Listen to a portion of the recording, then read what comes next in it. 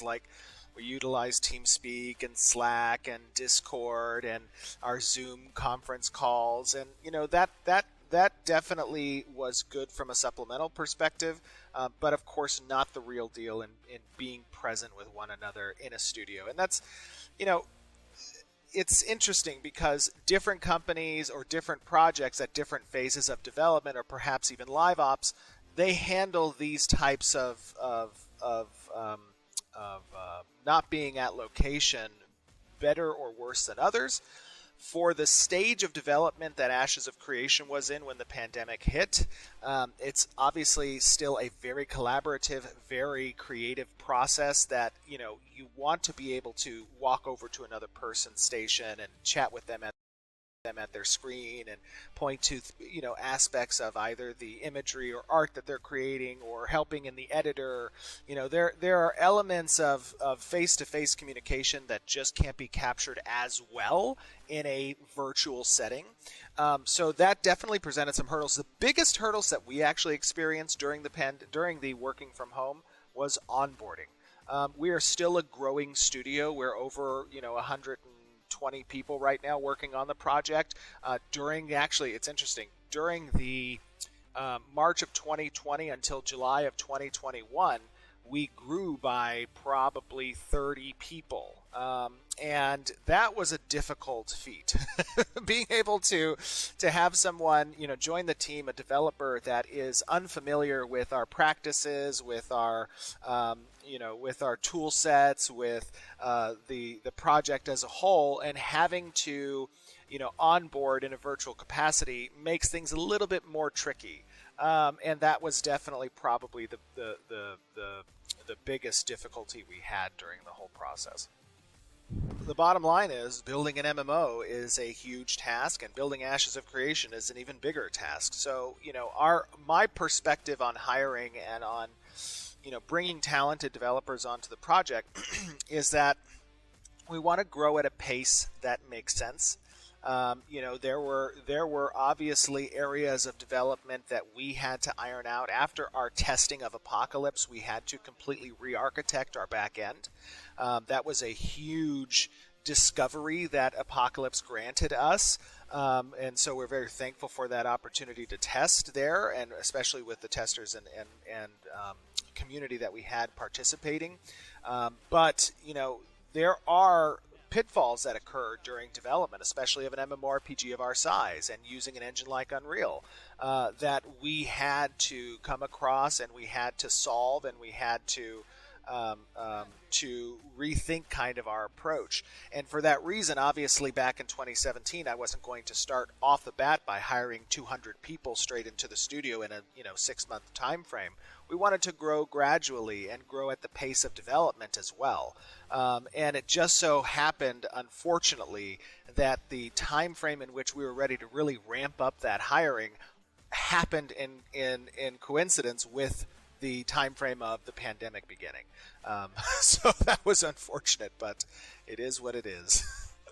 So are there any archetypes that kind of surprised you in Alpha 1, either by its popularity or unexpected utility, or possibly just something else the internal team had noticed about the way that these archetypes work? I think as we began to kind of flesh out back in 2018, the different, so we call the base 8 archetypes, and then when you combine them with your secondary archetype selection, we call those classes. So you have 64 classes, 8 base archetypes.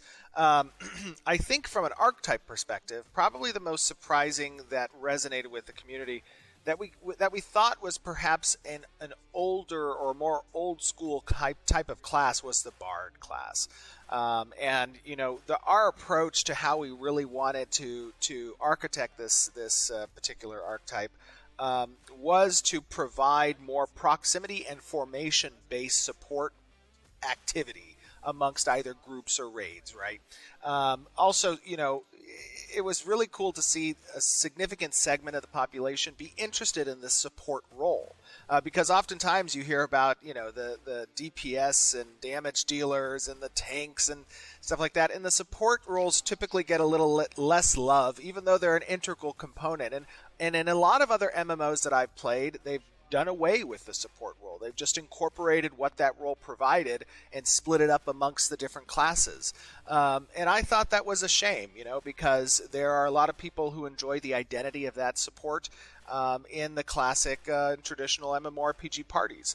So making that a fun and compelling gameplay with situationally relevant mobility and location and strategic use of proximity-based buffs and support skills is something that I think a lot of players are going to experience and feel that it's fresh, but also reminiscent of their older school support classes and archetypes that were available to them in some of their most beloved MMO experiences.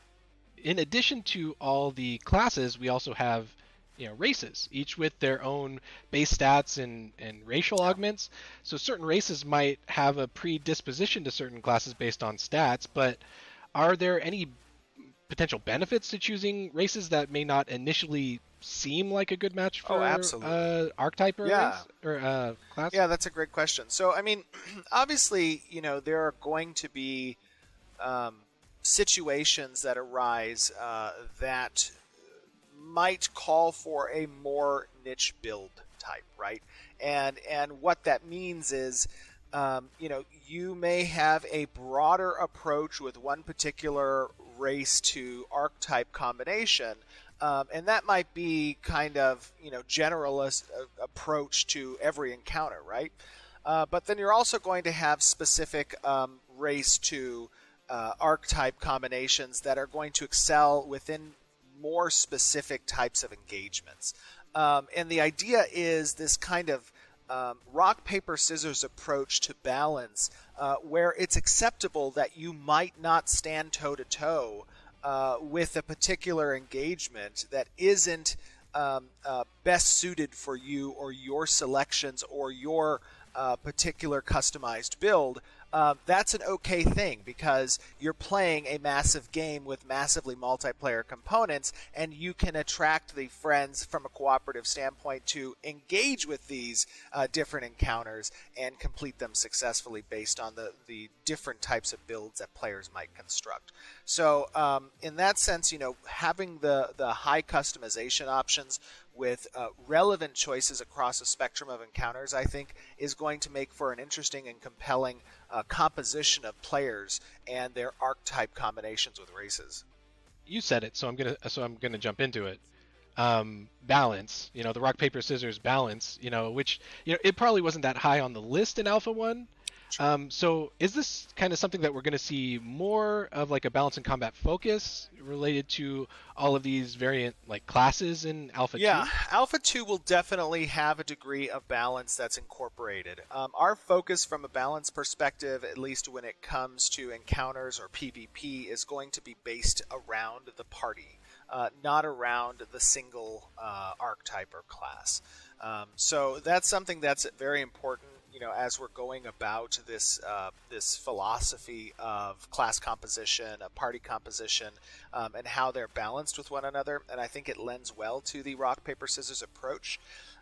So Alpha 2 absolutely will be incorporating some of those balance choices. It'll be something that we observe from a data perspective as we collect logs of combat that players are enjoying in the game in Alpha 2. We'll probably come up with hotfixes and updates to balance a little bit of that. We did that actually in Alpha 1 a little bit too. There were some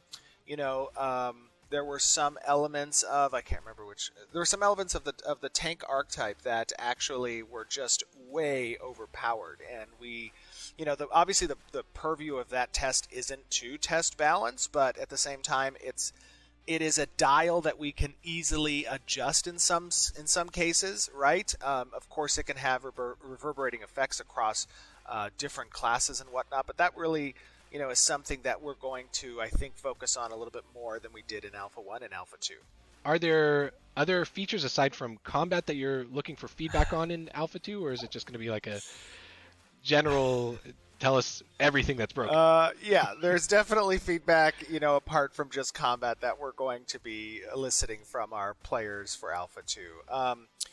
Feedback on the communication of UI to players with the status of the world's development, being able to ascertain what nodes are progressing where, what it feels like to watch points of interest like dungeons and towers and castles kind of coming online, how that feels.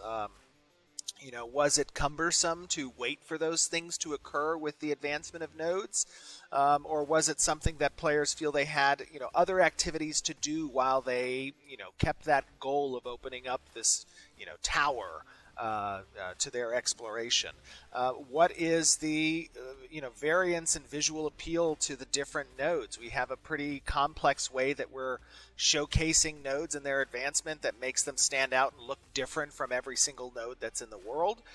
We want to obviously tune that as well as possible so that each node is visually compelling and different from one another. The layouts, the ability for communities to come together and work towards constructing certain service buildings and accomplishing certain server activities that change the way the story is told. These are all elements that we want to elicit feedback from our community. It's the reason why we have an open and transparent development process, is because all along the way there are going to be checkpoints where player activity and feedback is important, and it will inform our decisions as we move out of Alpha 2 and towards Beta. And, obviously we're not going to collect all of that information at one given time for an Alpha 2 debut. There's going to be multiple testing sessions because Alpha 2 intends to be persistent across until the betas and eventually launch, that we're going to have different focuses, right? We may have players be focusing on node creation, on node development, and then we'll have them focusing on encounters and dungeons and points of interest, and then we'll have them focus on, the classes and the different combinations of classes and how they interact with one another from a PvP perspective in the castle sieges or in the node wars, or, there's a lot of things. It's such a big question. I'm so sorry. There's a lot. There's a lot of things that player feedback is instrumental to our path forward as we iterate upon our designs. I mean, just coming out of Alpha 1, we have had literally 2 months of very intense design discussions with my designers about what the player feedback was, sentiment was, data reflected, and then how we can incorporate that as part of some design changes to the core systems. So I foresee, and this is something we always tell people who are interested in following our development, that we have our core designs, we have our core vision, but within there is subtleties and intricacies that are likely to change as a result of engaging with the player base and what their response is. So that's a very important element. 100% feedback is what informs our path forward. Nodes play a really big part in Ashes of Creation. I mean, not only do they have a lot to do with some of the more unique aspects of the game, such as, government, diplomacy, player housing, but a big part of the endgame loop revolves around, node sieges and the potential to make changes to the world through these, node changes. We could, probably spend hours just talking about nodes alone. I've spent many hours talking about nodes internally, yes. But, for someone who is watching this and they may not have followed Ashes of Creation up to this point, and, they hear the word nodes, can you maybe describe how you see players, interacting with nodes for both, the leveling game and during endgame? Sure. Yeah, nodes are in a way, nodes are a lot of things, but from a player perspective, nodes are the key to unlocking content in the world, one. And then two, nodes are kind of like a community home that you share the direction of its development and specialization in. So these are little cities, potentially little cities that exist across the world, right? We have over 103 different planned node locations. And at the start of the world, if you're, fortunate enough to be there when the game launches, this is a unexplored terrain. This is a tabula rasa that lies in front of players to participate in the direction of the world's development. And it influences literally every aspect of the game. The core hub for all systems comes in through these nodes, and it branches out and connects with other nodes and all that stuff. So when you kind of walk out into this open, fresh world, you're going to be doing normal MMO things like, killing monsters, collecting experience, advancing your character level, crafting, gathering supplies, and doing quests, right? And those all will stem out from these starting locations. And then as you're doing that, unbeknownst to you, there is in the background some node somewhere near you that you're existing in its what we call zone of influence. And as you collect experience through all these activities that you do in the game, as you would normally do in an MMO, you're contributing that experience to that node or whatever node that you're under its ZOI or zone of influence. When it collects enough experience to threshold to hit the next level, and the first one of which we call a crossroads, you're going to see some tents pop up, you're going to see some NPCs appear, and you're going to now start getting opportunities for quests that kind of hook out into the surrounding area that have, relevant either points of interest or connect to other nodes and kind of send you off on travel. These are going to be task-oriented, they're going to be narrative quest lines, and you're going to be able to tell the type of node based at its first stage, whether or not, scholars appeared or military, appeared, or priests or merchants, right? That's going to kind of indicate, oh, this is the node type. And that node type is going to be reflected also in the types of quests and tasks that they have for you to do, right? So if you are a player that tends to gravitate more towards the economic side of things and gathering resources and crafting, and that's kind of your, shtick, so to speak, in an MMO, that's probably where you're going to be doing a majority of your activities. If you're more on the dungeon delving and combat and PvP side of things, perhaps the military node type is going to be of interest to you. So once nodes continue to then progress, they lock out the surrounding nodes from progressing beyond them.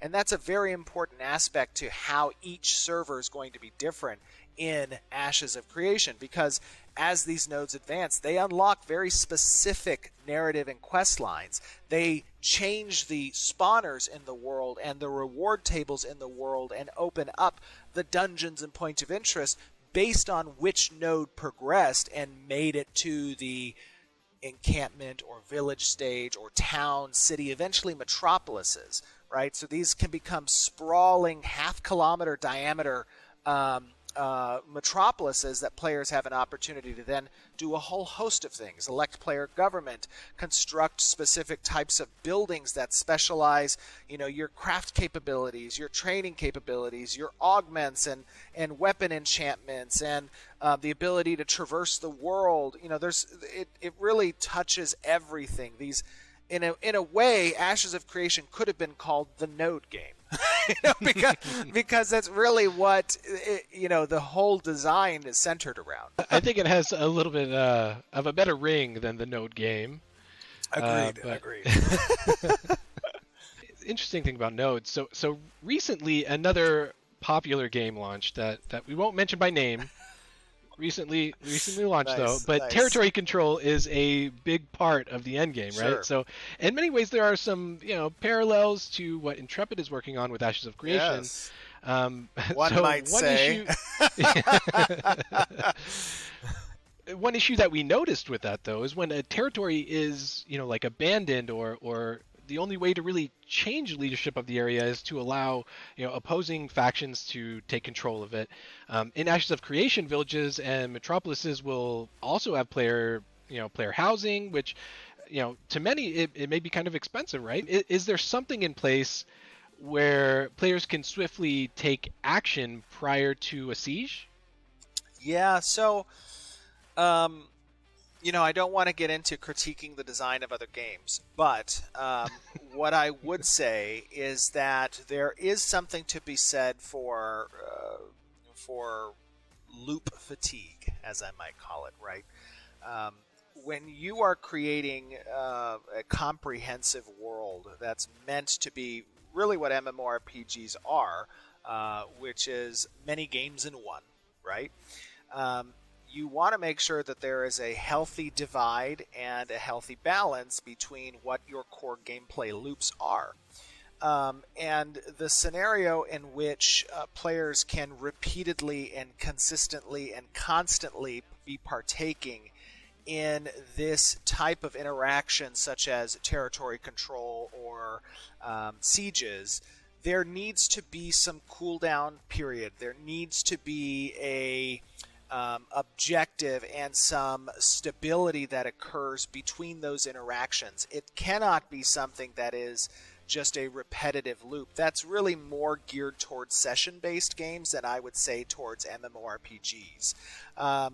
The difference between, I believe, the game you're speaking of and Ashes of Creation is that our node sieges, which is what you would most likely refer to as the similarity with the other game's territory controls, is that there is a declaration period that exists prior to the ability to siege a node. There is a significant undertaking of a quest line that's even required to obtain the siege scroll. That requires a significant amount of resources and buy-on from many players, not just one. It's not an automated system, meaning the zone control doesn't just tick in the background, accumulating kind of natural player activity, and then boom, now the siege has been declared, and this is a repeating process that's on a cycle. Additionally, after a node siege is completed, whether through success or failure, there is a cooldown period that is at minimum a month long, since sieges can only occur at the stage 3 of a village, and up to, I believe it's 45 days or 60 days perhaps. I think it's 60 days for the Metropolis stage. So this is a period in which, civilization has the opportunity to build back, but the difference is in what you're trying to achieve and elicit from the player's emotion. This is not something, node sieges are not intended to be happening all the time and repetitive for a particular node, right? This is a big occurrence. This is a monumental event on the server. This is something that will fundamentally change the world should the siege be successful. And in that sense, you want to build excitement. You want to build anticipation. So it really cannot exist as a constant repetitive cycle or loop that players are going through. They might participate in other sieges elsewhere against different cities.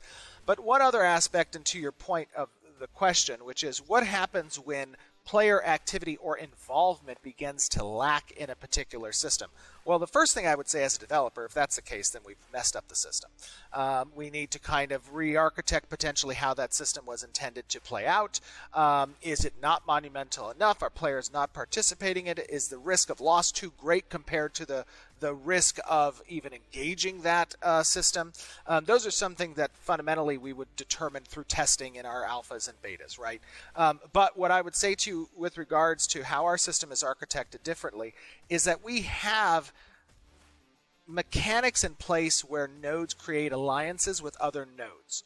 And even if your node might be lacking in the number of citizens or the skill of your citizens to stand up a defense against a potential adversary, you have the ability to create alliances preceding that battle that then you can call on to help assist your node in the defense, right? Another big aspect that's different about Ashes of Creation than I believe the game you're speaking of is our intent from a multiplayer perspective is to have massive battles.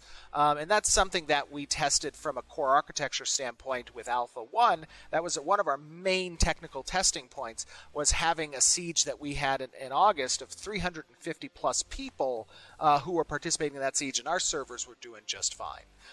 So that was a major achievement, especially given how early we were to accomplish that feat. And we're pushing the boundaries even further going forward in the number of people that can participate. Because the idea behind Ashes of Creation is, we don't have a 1K or 2K pop limit on our servers, right? Our servers are intending to hold 10,000 concurrent users per server. And in that sense, the ability for players to participate in these types of systems and these types of engagements, we want to incorporate as many as possible. So that's why we're pushing limits. We have a lot of great veteran developers who come from games like Planet PlanetSide and EverQuest. PlanetSide holding, I think still to this day, the record for number of players in a particular battle. So it's very important that we're able to hit those types of numbers because with the alliance system in place that provides a mechanic for you to, curry support from your fellow neighboring nodes is going to be an important dynamic to the health of the server and the health of a node to be able to withstand that attack. For sure. And you kind of mentioned that, you have these veteran developers, and you yourself, I mean, you've been playing MMOs for a long time. Yes, I've been playing right? them for 29 years. since Neverwinter on AOL, when it was $6 by the hour to play. I was 7 years old in 1992. And at the end of that first month, my mom got like a $2,000 bill from AOL, and she was like, "What are you doing?" And I was like, "I don't even know what money is. How can I do it?" Like, what are you talking? Yeah, it was good times. There, obviously, since you've played so many of them, since you have developers who have worked on a lot of these games,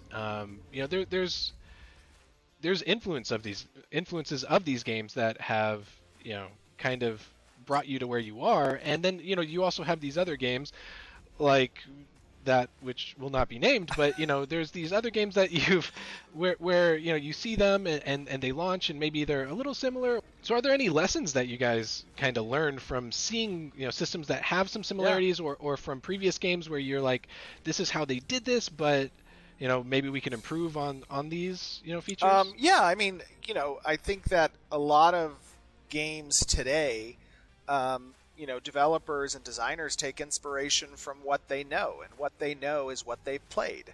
And in that sense, it's I think a healthy interaction for many development studios to be able to lean on, the experiences and lessons that systems in the past are able to tell, right? I mean, that is in and of itself what feedback is intended to provide. You can draw similarities between some of the systems that Ashes has and some of the systems that Lineage 2 had, or that ArcAge had, or that WoW had, right? In that sense, there's a common shared pool of knowledge across players and developers alike that you're able to kind of lean on. I think the biggest, and there's a whole host of lessons to be looked at in the way that we've changed certain systems. For example, our open world, PvP system is based or predicated around this idea of kind of crime points, one might call them, or karma. We call them corruption. We want to avoid the interaction of player killing, PKing, but we want to support the idea of consensual PvP. So we don't want to put hard restrictions on that, because I think that hard restrictions are the antithesis of this sandpark mentality across our design philosophies. But we do want to discourage it, so we have that corruption system. And in that sense, I think PKing will be a very minimal occurrence as a result of the corruption system that I added some additional elements to prevent PK characters, to incorporate bounty hunters that can identify the location of PK characters, the ability to drop gear, gaining a scaled amount of corruption based on the level disparity between the player that kills and the player that got killed, right? That's going to discourage low-level ganking. There's a lot of elements that I add twists on, because as I experienced these systems or mechanics in previous games, there were well-known faults with them that never got addressed by the developer. Now, I don't know why those things don't get addressed by the developer, because oftentimes you find frustration amongst, player communities at like, why isn't the developer changing this? And oftentimes their anger is misguided, because they're, sometimes you might have a publisher who doesn't have control over the development of the particular game, and they can give this feedback, but it's up to the developer to actually change it. And they're trying to balance, having a game that's built in one territory and can be satisfying for a different player community in a different territory, right? So there's elements there that obviously can have a little bit of red tape that prevents this. But yes, I think being able to derive good feedback across a multitude of systems based on our experiences as both developers and players is something that's very important. Last thing I would say is, The biggest lesson that I have learned as a player is that good games should not be rushed. Meaning that, oftentimes there are outside influences, whether driven by a board of investors or by a publishing group or whatever. These games take so much to build. It is such an absolute frickin' travesty when they get rushed out the door in the final years of their development.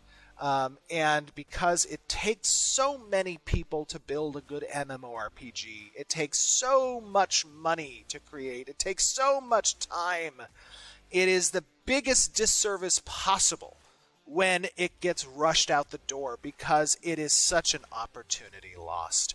And so many of us have experienced rushed games that we beg and plead. Actually, it's interesting. One of the only consumer bases that says no, wait, and take your time is the MMORPG community.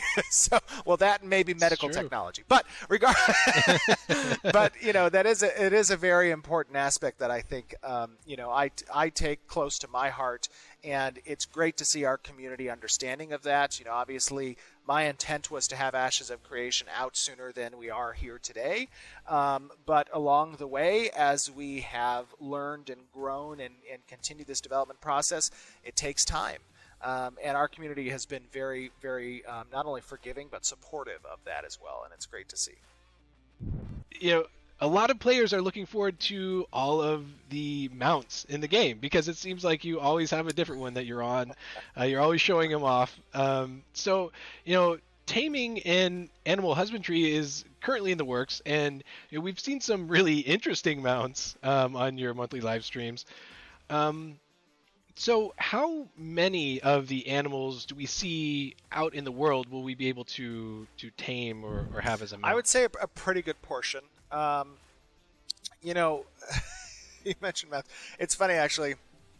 Post Alpha 1, we told the community, hey, there's going to be a while of updates that are going to seem, a little bit lackluster compared to the updates you had been receiving preceding Alpha 1, right? And that's because we're going through this process of iterating and taking stock in the direction of certain systems, right?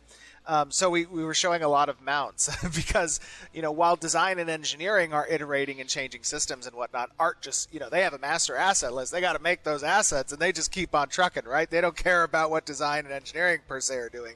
They're continuing on their asset creation. So it's become a little bit of a meme over the last probably 5 or 6 developer updates that I jump on and it's like, all right, is everybody ready to see some mounts?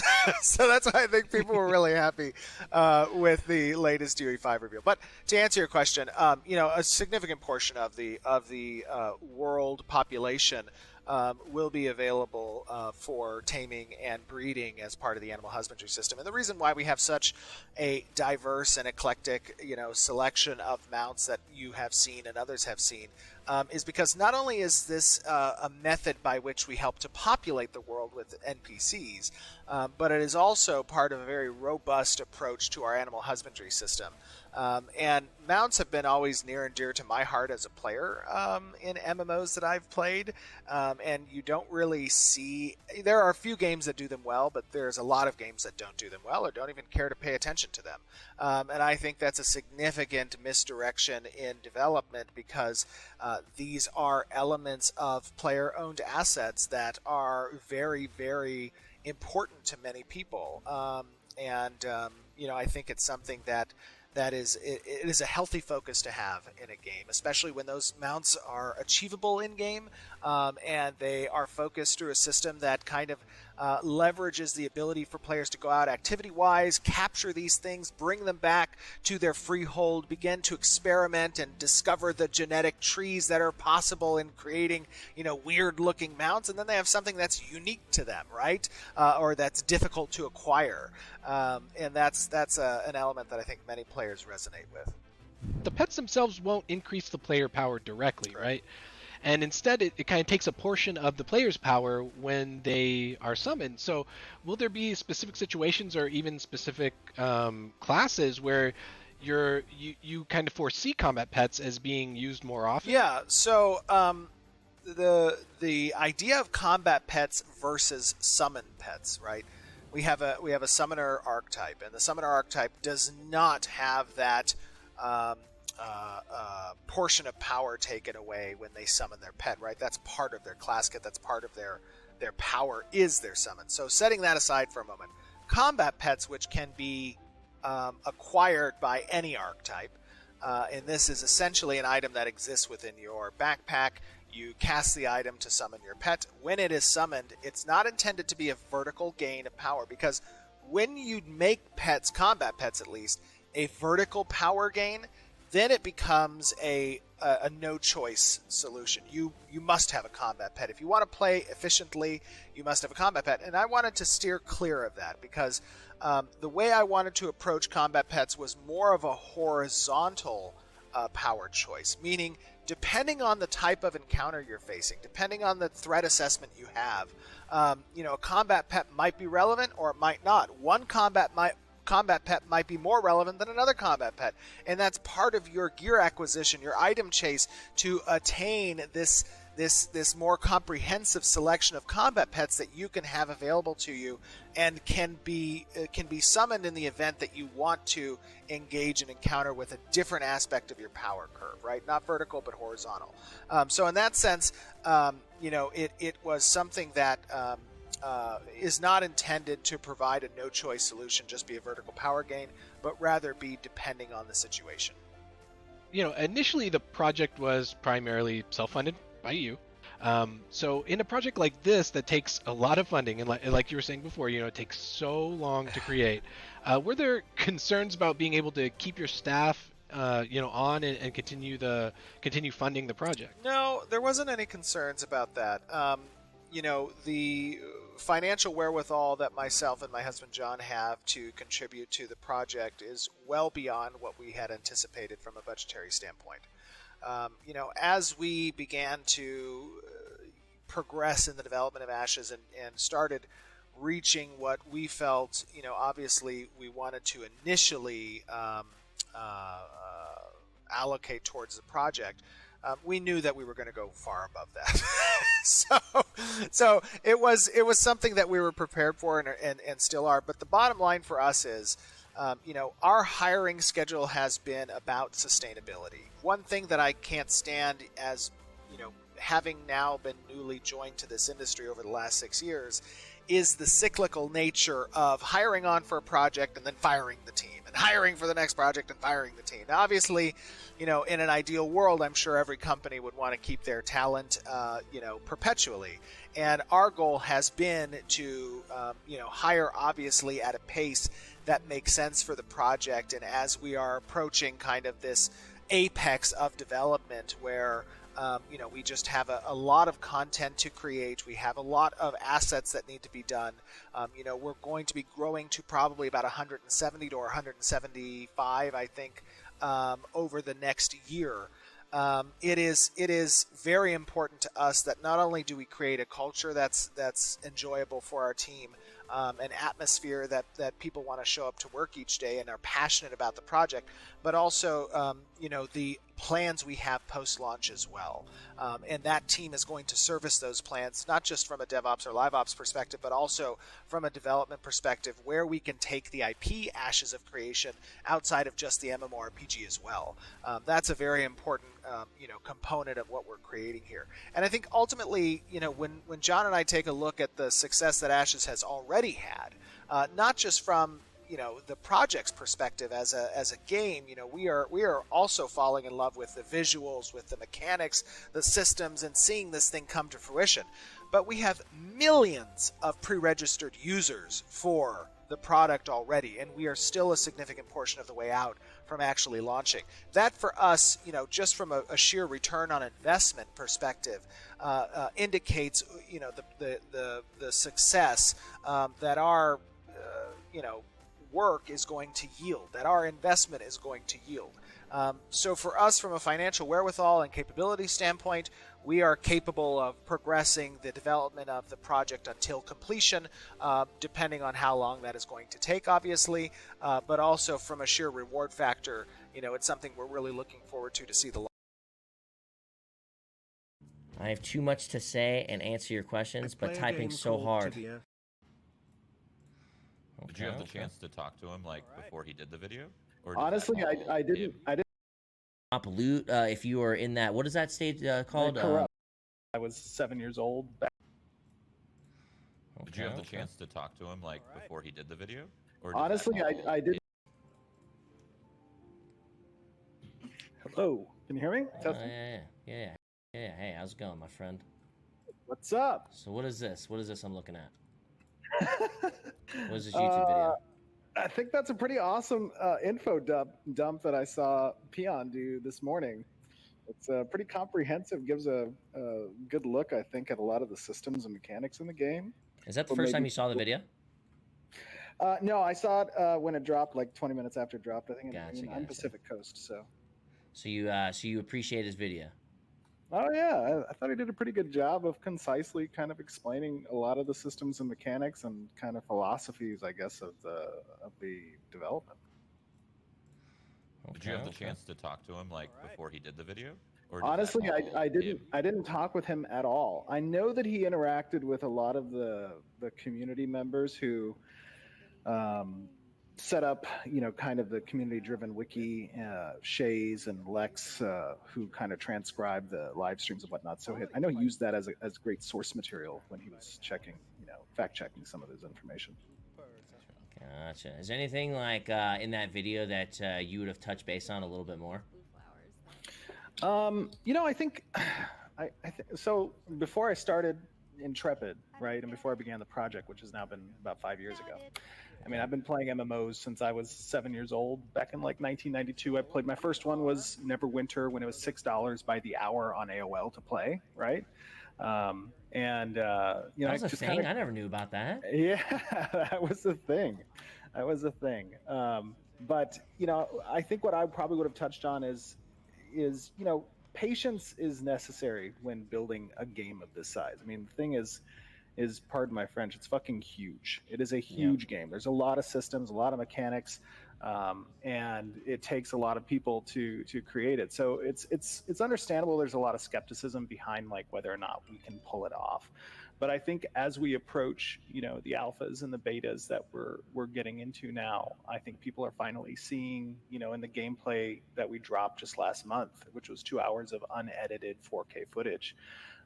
They're starting to see a lot of these systems come alive.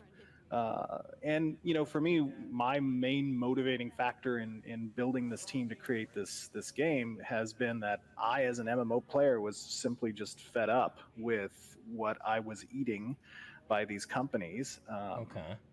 And I wanted to create something that I think would resonate with a lot of people. Those are the best kinds of games. I mean, a game that you want to make is... Yeah, it's an avid player in a certain genre, and they're just tired of it. Like game after game after game, just garbage. And then you're like, you know what? I'm gonna do it better. Exactly. And I never understood it too, because you'd imagine that a lot of these games, right, are headed or take input from serious gamers that are MMORPG fanatics, and they tell them like, hey, don't destabilize the player-driven economy by adding something to the microtransaction shop, or hey, players don't want to see everybody win a reward or not have to spend any time or dedication, risk versus reward components, right? Like, you would think that they would have focus groups that would tell them these things, but they either that doesn't affect their bottom line the way they want to, or they are just missing the mark because they're not driven by gamers. They're getting told all the wrong stuff. Someone's telling them the wrong information on what makes a good game, I guess. That's what the intriguing thing is. It's all the ideas that this game has, right? It's like, even just like the simplest thing of having open world PvP is so huge to me. Is crazy, And the idea and the punishment system, the idea that you can even drop loot if you are in that, what is that stage called? Corrupt. Corrupt. Corruption. That's like a Legion or like MMOs. One of my favorite MMOs was Lineage 2. Lineage 2, I was going to say, Lineage 2 did in my opinion, a great job in balancing the player agency to kill anybody anywhere, right? Because it was a non-faction based game, but it had a downside, right? It was a risk versus reward scenario. The reward was you got to kill the person. The risk was now you're corrupt. You can drop your items. This is a conscious decision that you as a player have to make, and there are consequences. That type of consequence-driven interaction is important, I think. But at the same time, on the flip side, you can't just be entirely PvP minded as a game, right? You have to provide players with many different progression paths that they can, enjoy their time in the game with. So having an in-depth and meaningful, artisan or crafting system with some serious competitive rating PvE content, as well as having those PvP systems, creates a really healthy population so that all sides are kind of satisfied. Absolutely, I agree. Everybody kind of needs each other. Yeah. That's the thing is like, when as we're building this stuff, as a game, and not a lot of games show early development like this, because it's a two-sided sword. Like on one end, you have the benefit of, players like yourself and the communities that you guys represent have an opportunity to watch things, give feedback, and kind of express their opinions on things.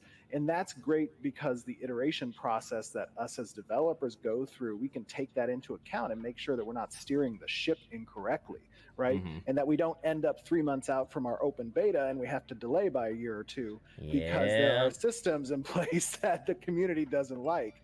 But on the flip side of that, you have to also understand, the other side of the sword is that this is an active development, and development of games is not pretty. It is a crazy process, something I had no idea about, over 5 years ago. But when I pulled people over from Sony Online Entertainment or from Blizzard, these great developers that aren't responsible sometimes for the decisions that the companies make, but they are amazing all-star developers. They come on board and they've taught me a whole new world. It's like been crazy. I believe it. Yeah, especially in MMO. I mean, if you have no prior experience on being ahead on any video games or anything, like having any ideas on them or stuff, or do you? I'm sorry, so you cut out for me that 1 second. What was that again? I'm sorry. Do you have any prior experience in the video game world besides just playing them before this? So your big first thing is like this huge MMO project. Okay, so it's a really funny story, right? Because when I was playing a game called ArcAge, and I was really like in love with the potential that ArcAge had, and it just got so undermined by, in my opinion, really bad design choices. Absolutely. And it kind of, that's what, I was retired at the time. I was 28, 29. I was 29. I'm 35 right now. But I was 29 and I was playing this game, and I was so pissed at the design decision, the choices in the recent updates. It just kept deteriorating my community, and my guild members were quitting the game. And I finally was at a point where I was just like, I don't even want to play anymore if my friends are quitting this game. So I was thinking to myself, man, I'm connected with these developers here in San Diego who work at Sony Online and work at other, studios and whatnot. And I used to play a lot of tabletop games with them. I used to play like Warhammer Fantasy and 40K and shit. So I was asking them, I was like, hey, you guys, you're like the lead programmer on PlanetSide 2, right? And you've built like EverQuest, and you worked on Blizzard and on WoW and stuff. I was like, let's get together and make a game, make an MMO. It's like, I'll fund the thing. Well, I got these great design ideas, and I'm pulling inspiration from all the MMOs that I've played in the past. Let's build this thing.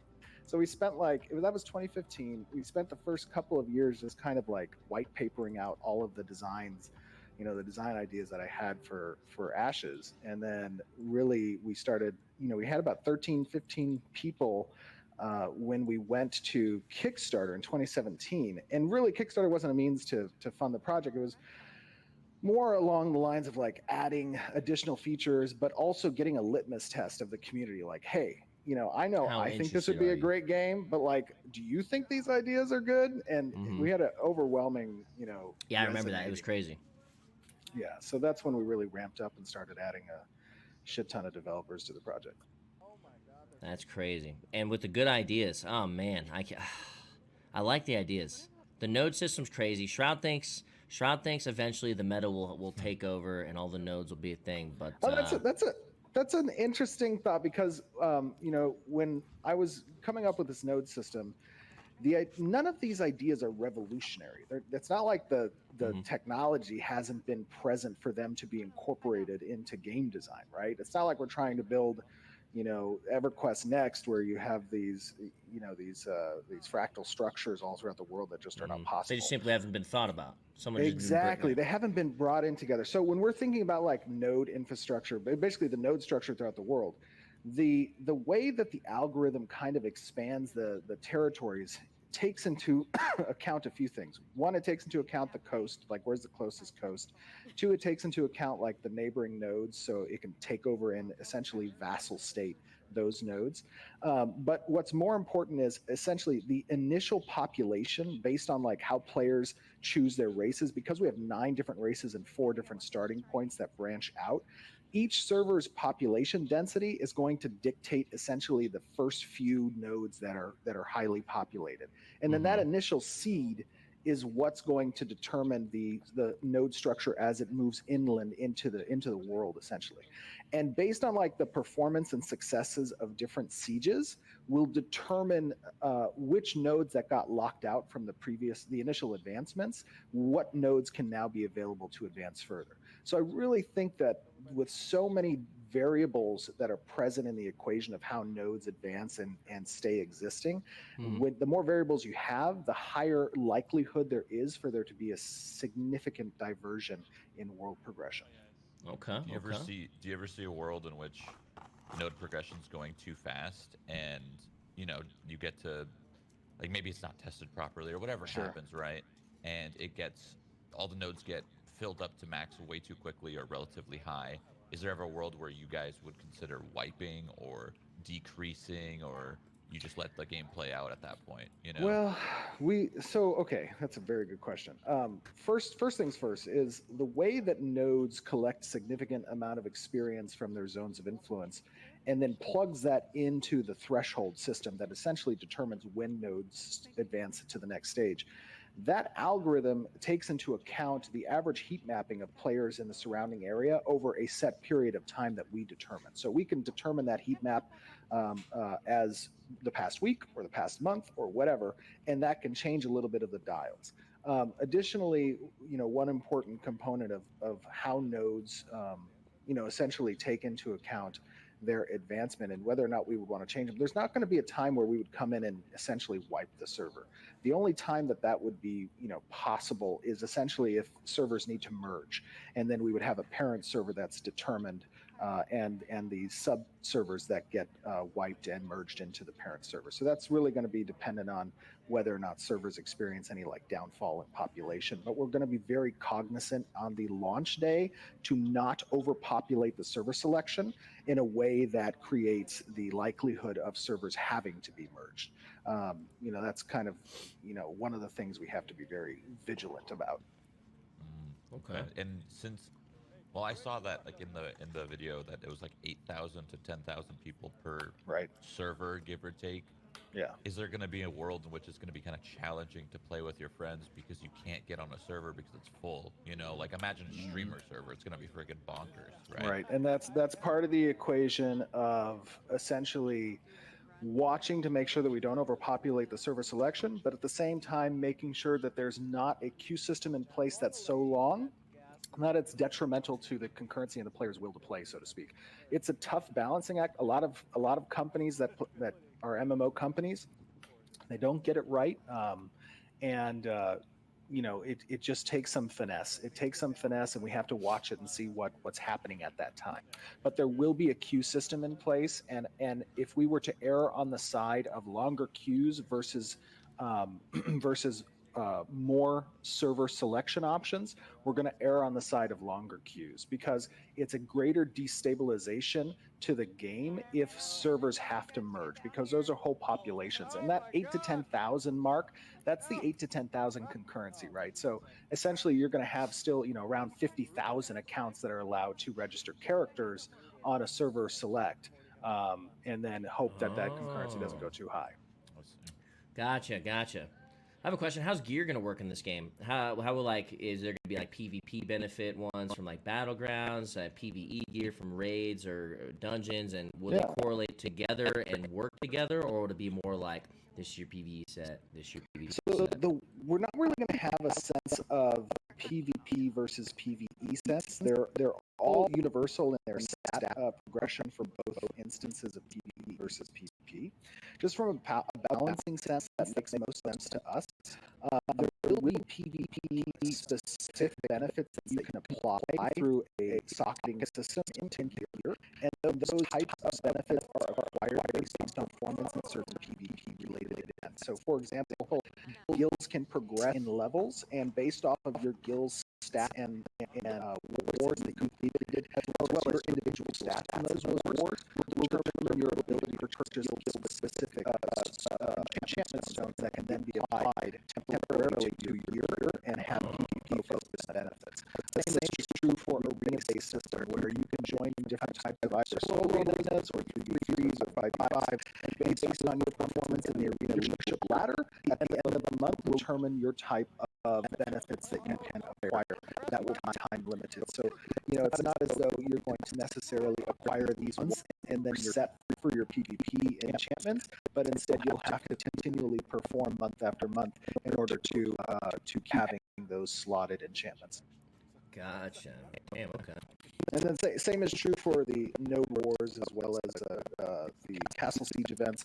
Also, the caravan system that is utilized for transiting goods from region to region. Those caravan events, you can participate either as a highway brigand or as a defender, and each of those paths will have unique enchantment stones for PvE that are determined by your performance in a given period of time, in either helping caravans complete their mission or attacking them and looting them for a portion of their goods. Interesting. Okay. By I do like the caravan. By performance of the enchants, do you mean like there's eventually going to be a Sure, cap of stuff? Like, is there going to be a cap, or if you perform, even better than you did one time and you did the best last time, would the enchant go higher? You know what I'm saying? Right. So there's a score that gets reset in a season, and the season consists of multiple months, right? So from your first month, you could potentially max out your contribution and get the best stones available in that method. But then as you go into month 2 and month 3 and month 4, your score becomes cumulative, and that achievement, you'll have an achievement rank as well as a purchasing power. The achievement rank will unlock other stones until the season resets. Season as in the weekly seasons is what you're talking about? No, so there's initially they're going to be 6-month seasons, and then over that 6-month period of time, you'll have a cumulative score that unlocks what applicable enhancements you'll have access to based on the certain systems. So whether that be the arena system, whether it be the guild war system, or the caravan highway quest system. Jeez, that's another world that I didn't even talk about. Yeah. I can't imagine how many more things there are in the back end that we have no idea about. let's just say the game design document is very, very, very large. I believe it. Trying to think of what other questions I got. Wait, did I hear 40 man? 40-man raids, yeah. Yeah. The encounters for world bosses and some of the sieges, they're intended to be 40-man raid sizes. So 5 groups of 8, and our group sizes are 8. Oh, nice. Oh. What's the best MMO that you have played that's kind of that you look back on and you're like, damn, this MMO was the most fun I've had in an MMORPG? Darkfall. Darkfall, really? Uh-huh. Isn't that full loot drop? Yeah. I mean, it was like a sandbox, like sandbox sieges. Kind of rusty. It was literally like Rust. Like, you'd have your own crafters that would build, your siege gear, your leveling gear, and if you were ballsy, you'd bring out like bigger gear just to quest and do random bullshit. But there's always a chance that a group will kill you and you lose it all. It was very, very punishing, almost too punishing, but it's hardcore. it's very memorable. That's what I liked about it. It was very memorable. Yeah. Okay. To be honest, I don't you, really have Summit? one besides like WoW Classic, but I would say WoW Vanilla. I mean, I've played little things like I've played a little Ragnarok online. I like some little things from some certain Ragnarok's MMOs I've good. dabbled in. You know, what I mean, Lineage 2, shit like that. But I've never gotten endgame on those games, and the only game I've ever played endgame on was WoW Vanilla. So feels bad, man. But I wish I could go back in time and change a lot of that. But I too much Counter Strike.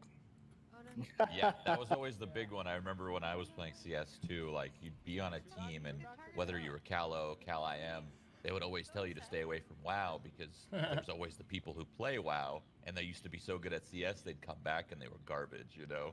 Yep. So that's Like, why I our remember MMO complexity. time back then is rough, you know? We were too focused on CS. Yeah, but I never really got into WoW because I really was at that time, like 2003 circa, I was playing Lineage 2 a lot. And the faction-based system didn't appeal to me as much. I felt like when I was playing WoW that I was kind of like told who my friends and enemies were, and oftentimes, like the people on my own faction were the people that I did dislike the most. you wanted to kill them. True. Exactly. That's why I liked Lineage 2 because that was more of a guild-driven system. It was non-faction based. So you could, it was really up to you to determine your friends and enemies. Gotcha. Yeah, I like that. I like the idea of being able to kill who I want to. I liked when I played Terra, when I played BDO, just being able to smack somebody whenever I wanted was nice. Got into some. One of my favorite thing about an MMO is not even my favorite thing, but one of the greatest things about an MMO was leveling, and while leveling being able to PvP and kill people randomly while they're leveling, because it like gives me something else to do besides just the mindless grind. You know what I mean? Like, oh, I'm gonna go kill that guy real quick, and it's good. You know what I mean? Yeah, like Stranglethorn Vale, WoW Vanilla, STV. You know that was part. I mean, honestly, what you just described was part of the best like monotony breaker that grinding was. Like if you had to worry about your area that you're farming in being contested, like that was fun. If somebody tried to jump out of the bush and gank your ass and you had to like stay on your toes, and that dude would keep coming back, or you would have to die and run back, and it was just like emotional roller coaster of anger and like success. That was the fun part. It would just be a reminder that fuck, man, this is badass. You know what I mean? So sometimes you just grind it and you get you just get into this autopilot mode and you're not having as much fun as you would like. But when you just randomly getting some PvP session, it's just like a reminder, like, hell yeah, dude, this is sick. That's why I play this. You know what I mean? Oh yeah. But yeah, I'm a huge fan of. Well, I've never even thought about like being a fan of no faction until you kind of put it like that. But because I was always down just to kill a bunch of alliance dudes. But well, if you think about it, if you don't have a faction in place, you have like in Ashes, you have a lot of pseudo factions. You have nodes that you're a citizen of, right? And nodes can declare war on each other. So your citizen groups become essentially enemies, or they can forge alliances where you help defend their nodes or participate in trade runs and shit. Or you can have guilds that are pseudo factions where you can declare war on other guilds, or you can form alliances in that regard. You have societies and organizations. So you have like a Thieves Guild or Scholars Academy. And in Ashes, when you join one of those societies, you can climb the ladder in the ranking system and title system within those societies or organizations. And as you do so, you unlock access to different, either shops to purchase from, or even augments for your skills, roles within sieges that you can play. And then you have like quest lines that make you an adversary. If you're in let's say the Scholars Academy, there are quest lines that make you go try to steal something from the Thieves Guild, or try to essentially assault another guild. So kind of creating these pseudo factions takes the place where we present the player with these soft friction events, and that determines who your friends and your foes are. Interesting. Okay. And that could be temporarily too, right? Correct. Yeah, and that's part of the ebb and flow of yeah, exactly. I mean, in the games I played, right, a lot of times servers become a little two-sided if they don't have factions. They become two-sided in the sense where, you have this like struggle against a group of people that you don't like for a period of time, and you fight each other or whatever. Lineage 2 is a lot like that. But things can change. I mean, it all depends on what's happening, right? If there's like a common enemy or a castle you want to take, or you forge some backroom deal or alliance with the leaders, like having that flexibility to be driven by the players, that is fun. Yeah, for sure. No, it sounds like a pretty cool system. How much of the like quote unquote end game is playable early? You know, because I'm assuming there's stuff you can only do at max, or is it all achievable and you can all do it and it scales like most games? Is there scaling? Nowadays? Yeah. So there's not scaling. I'm not a fan of scaling. I'm not either. I'm not either. Yeah, I think it diminishes, that advancement feeling that you get when you like can go kill that red monster that you couldn't before, or this dungeon is untouchable until you're best in slot or something. But on the side of essentially like end game material, there's a lot of different progression paths, right? It's not just all about your adventuring class, so to speak, and maxing the level there. On the artisan front, there's like three different trees that exist in the artisanship family. There's gathering, processing, crafting. Crafting's really dependent on the advancement of nodes. Processing is really dependent on the infrastructure you set up on your freehold system. So like building, processing blueprints and getting materials to build that up. And the gathering is really focused around tool creation, your ability to like gather higher grade items or to transit the raw materials from region to region. Gives you a very Star Wars Galaxy-esque type of grade system.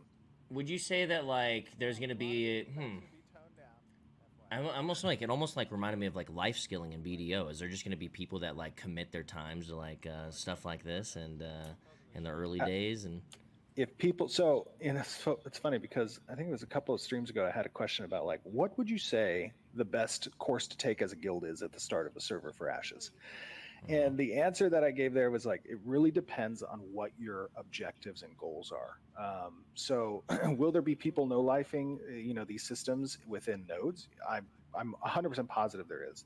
Like when I used to play Arcade, 5-6 years ago, we had we had a wide tent guild. So we weren't like PvP specifically focused, but we had PvP players. So we kind of like partitioned them off into a section of the guild where they just did PvP things. And then we had people who wanted to manage like all the guild lands and do the farms and crop rotations and do the crafting and all that kind of stuff, right? So in that similar sense, in Ashes, there's a lot of different, like I said, progression paths. If you want to focus on the crafting side, you can. If you want to focus on the citizenship side and your advancement within those societies or organizations, you can. If you want to focus on building the guild levels so that you have greater passive skills that you can allocate to your guild members, or that you have access to better guild shops, you can.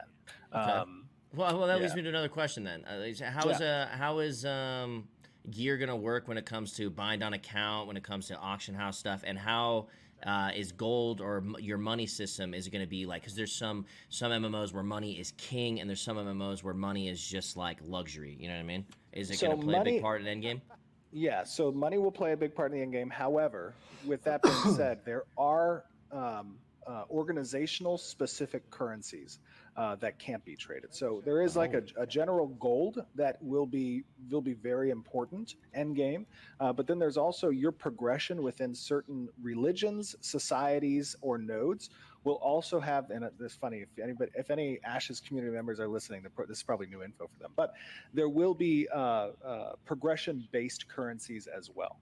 The other thing about the game that's a little bit different is monsters don't drop gold per se. They drop essentially what are hunting certificates, and these certificates can drop on your character's death. A portion of them will drop on your character's death.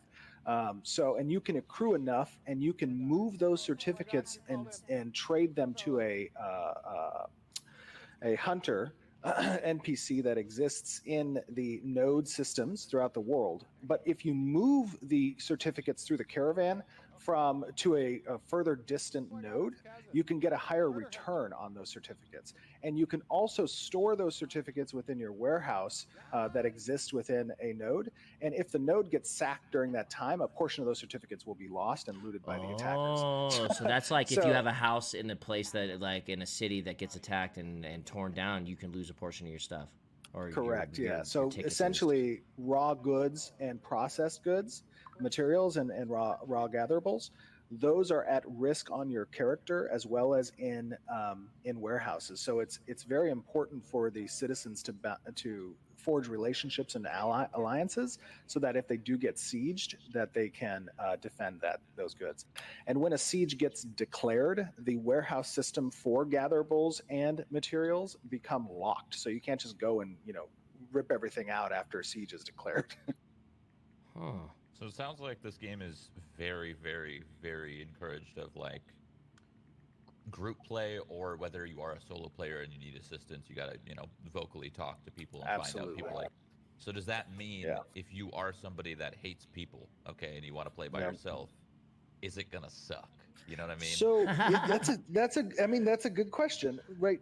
Sorry, girlfriend's in, MMORPGs are She by got that headache is nature back. multiplayer, and they require some, in my opinion, they should require some sort of interaction with your community. Now, it doesn't have to be social. You don't have to be friends with those people. You don't have to work with them. You can still solo play, right? But there are going to be many systems that exist in Ashes where you become a part of some type of group.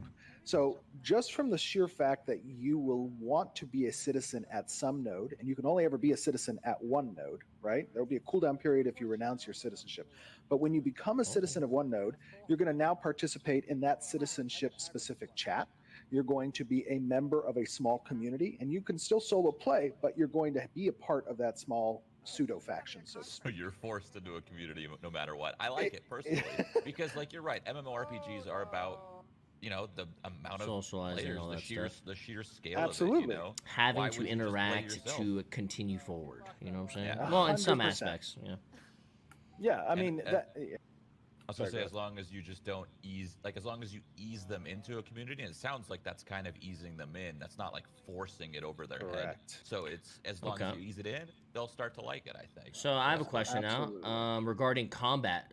You say that you've gotten some developers over there from like Blizzard, from SOE, stuff like that. Have you gotten anybody over there who's fairly notable in PvP like MMO games? Who and how do they feel, or if you do, or how does one feel about the combat in your current game when it comes to PvP, PvE, the tab system versus the combat system, or like the full Right. action? You know what I mean? Yep. So one of the things I was saying earlier about how open development is a double-edged sword. Combat is the most important system to get right in a game.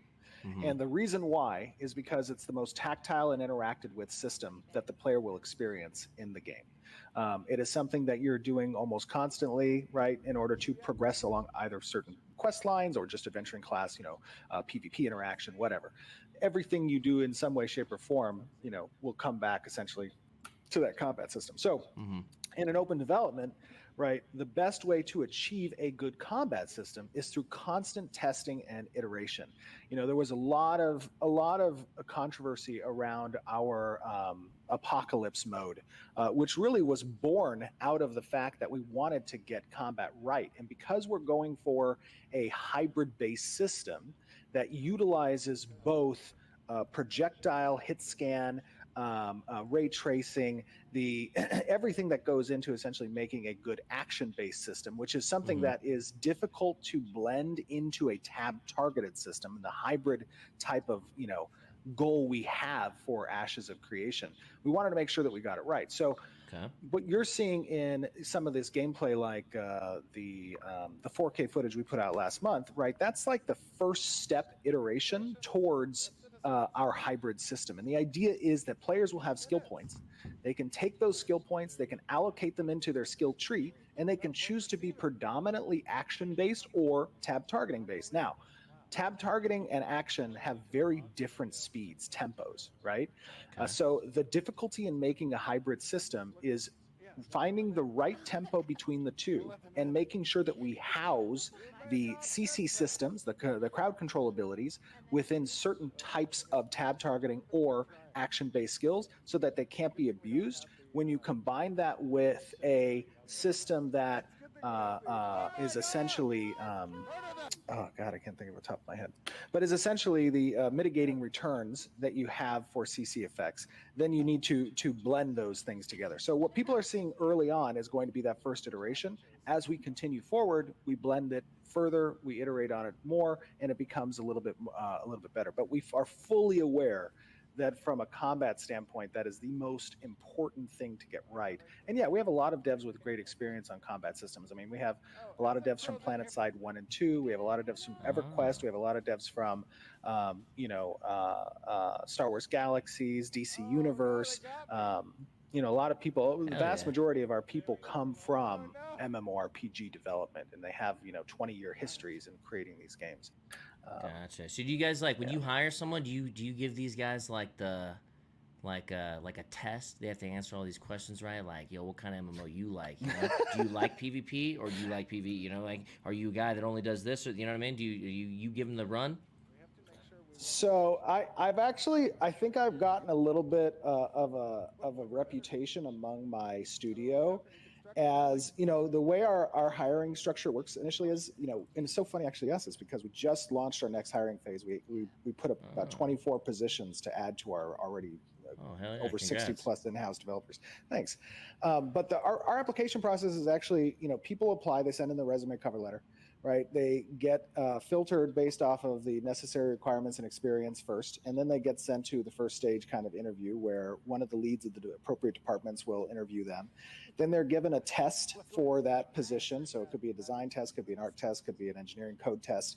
And then based off of the results of that test, they'll go to a second interview stage.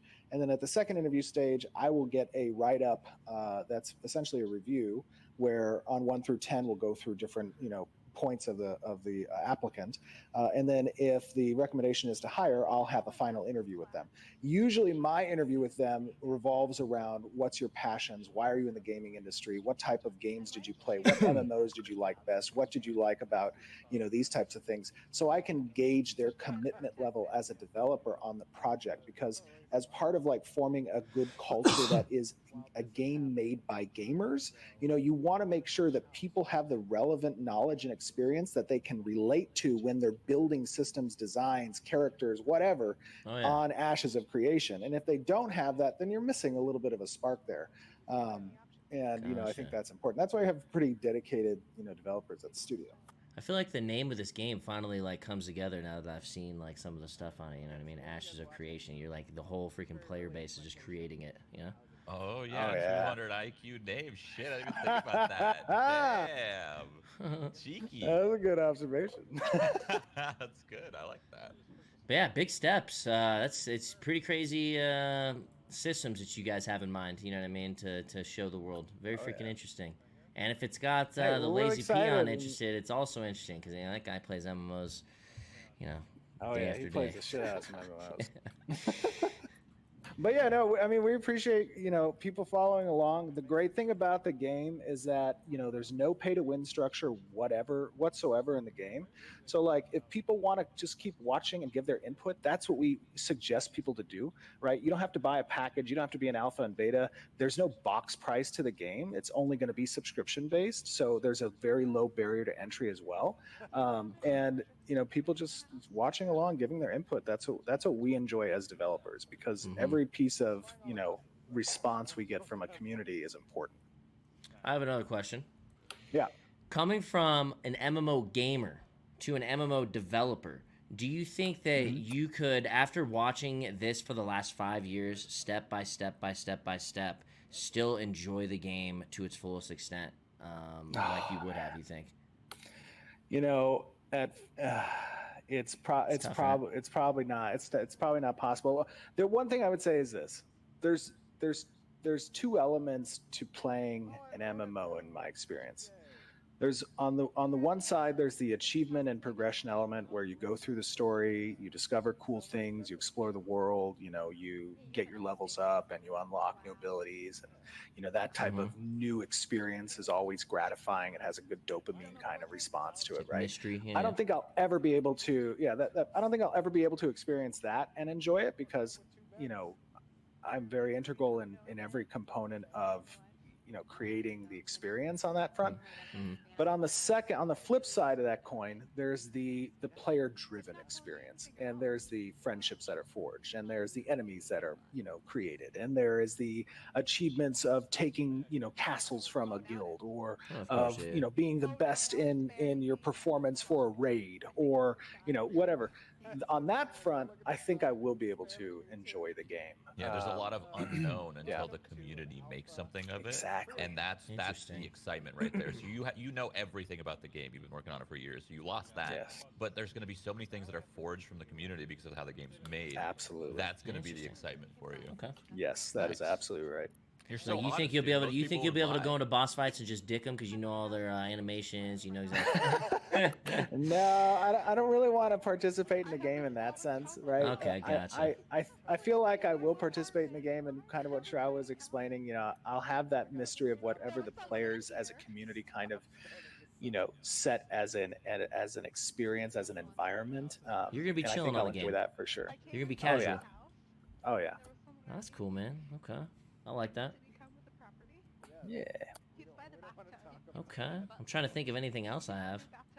I really, really, really like that I can kill anybody whenever I want to. That is humongous for me. I think, dude, it takes it. They're flagged. I think you flag. Well, He has no choice. so the way it works is players will exist out in the open, and they will be in a non-combatant state, right? So they'll have a normal name color. It'll be green. If you roll up and you see somebody and you want to attack them, you can attack them, right? And your name will now change to a purple color. You'll flag, essentially.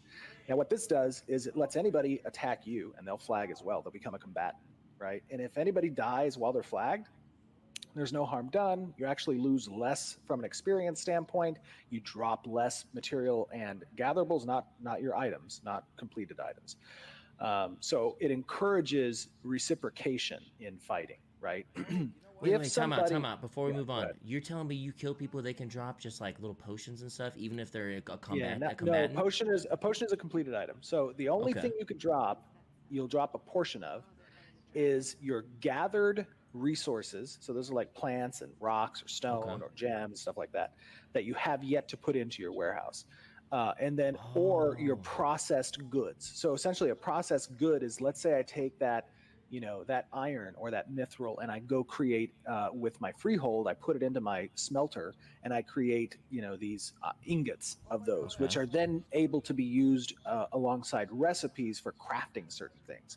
Right? So you can drop a lesser portion of the materials and a greater portion of the raw gatherables. Dude, so you can, it's kind of like Rust or like War Z. You have to kind of like make it back to town safe and get all your stuff back into your spot.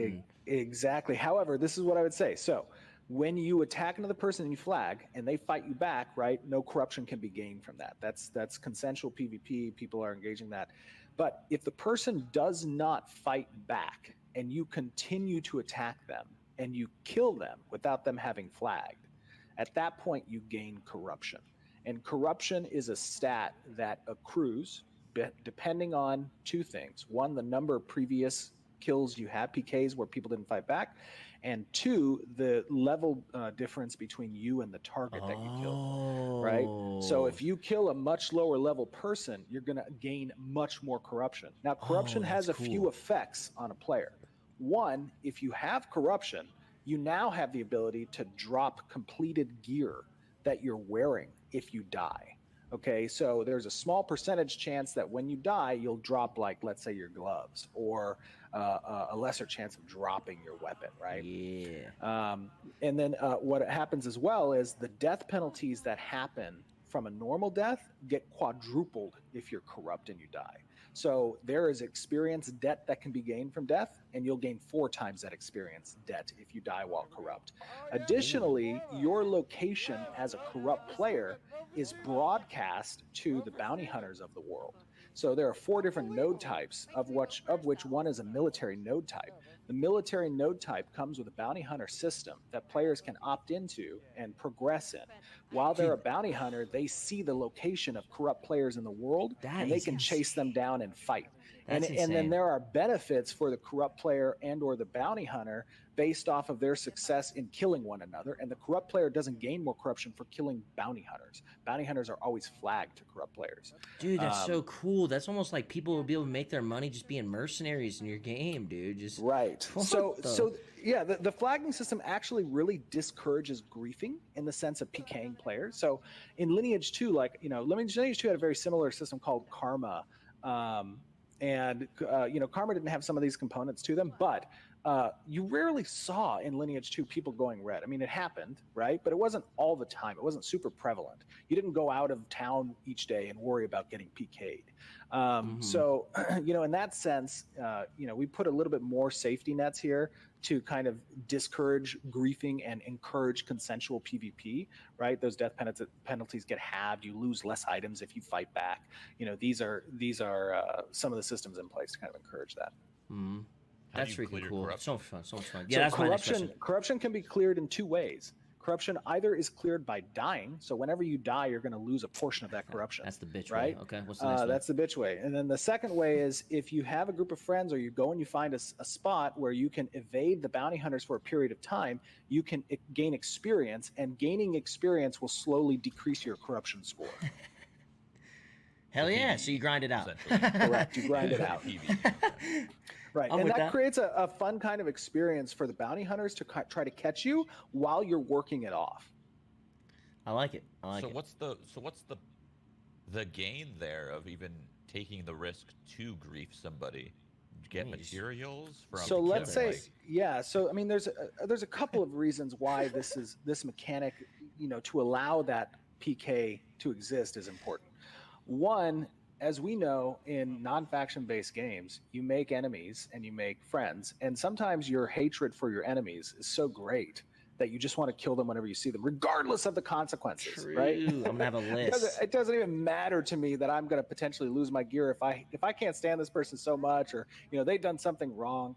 I want to go and kill them. Providing that freedom, as long as you're aware of the cost-benefit ratio, is important to player agency, in my opinion. Right? Yeah. That's one method. The second reason why it might be important is there are very rare, unique spawns of gatherable goods that exist within the world. And you may see a person who's gathering it, right? And you may want to kill them to get a portion of the gatherable good that they got. And then actually, I guess there's a third reason.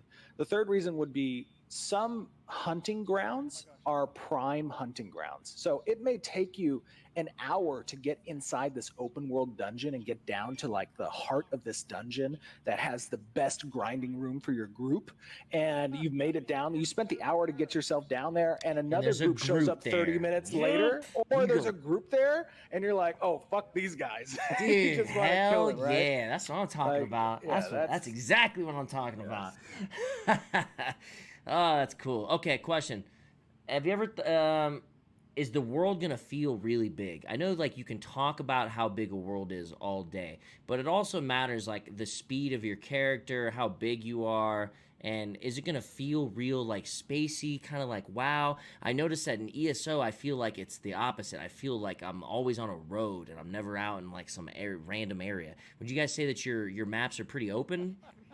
Yeah, the maps are very open. Actually, if we've had some pre-alpha testing leading up to the alpha 1 testing we're going to have at the end of this year, and some of our testers, they've been kind of going through one of these dungeons on what we call our alpha island. Is massive. I mean, it's huge. Like just from a sheer, I'm not talking like surface area. I'm talking like height, width, everything. You're inside this giant, dungeon. And I think that type of monolithic, experiences when you're entering certain areas contributes to that immersive feeling. Absolutely. And you don't want to see everything that's tiny and small. That's not as grand. Right. I just like sometimes MMOs just cannot quite grasp like getting me this huge world adventure feel, and it doesn't always. People have a hard time doing that. So it's a big thing that not a lot of people think about, to be honest. Yeah, I feel like most games they start with it and the grand feeling's there, but then over time they casual it up, and then they introduce like WoW flying, for example, and it just eliminated dude, WoW destroyed everything. that Same game. with Yes. Flying Final Fantasy. destroyed that Final game. Fantasy also has that. Yes. So like Yeah.